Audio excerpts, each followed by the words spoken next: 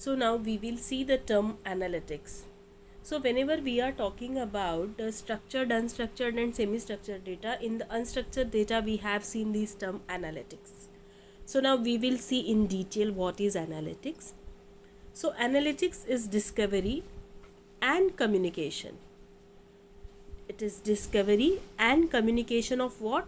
Of meaningful patterns in the data. They are responsible for finding the meaningful patterns in the data, especially valuable in areas which are rich with the recorded information.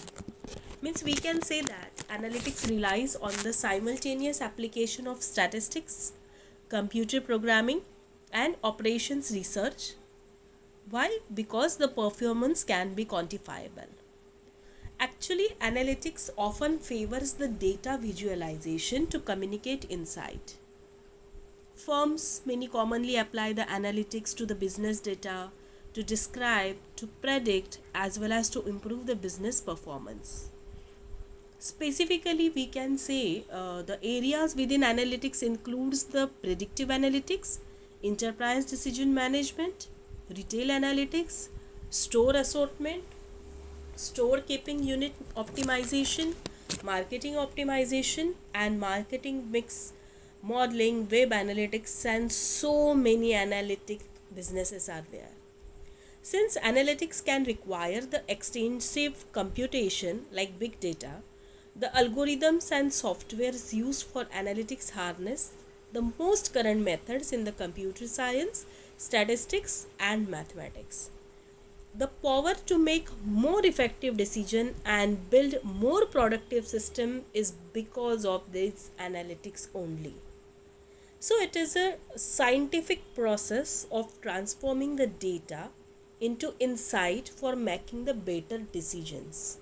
And by using the techniques such as mathematical modeling to analyze the complex situation, analytics gives executives the power to make more effective decisions, and these decisions are based on more complete data, consideration of all the available options, the predictions of outcomes, the latest tools and techniques for decision making.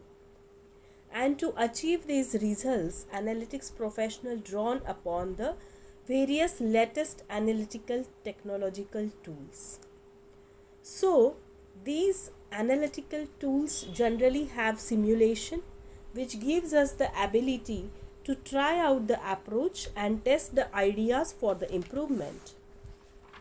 Then the second one is the optimization. Optimization means it is narrowing our choices to the very best when we are having feasible options and comparison is somehow very difficult. Probability and statistics helping you measure risk, mine data to find valuable connection, measures, test conclusions, and make the reliable forecast by the reports, and all these are very much useful when you are setting the goals. So data warehousing has been around for 30 years, which is providing the business intelligence, but this is when we are using the structured operational data. But when the source of data for all intents and purposes from relational database management system, the warehousing is generally becoming costly. Data lakers, on the contrary, are relatively new and having the routine based commodity. But the goal of data analytics is to get the actionable insights resulting into smarter decisions.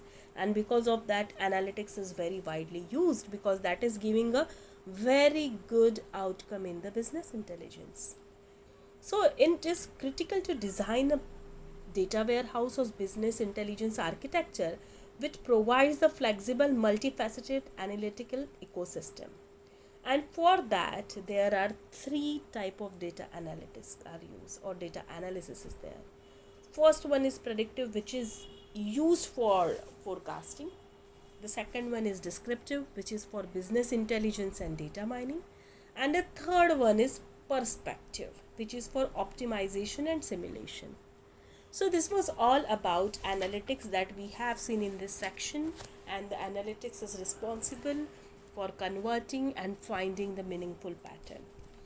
Now in the next section we will see these types of data analysis in detail, starting with the predictive analytics. Thank you.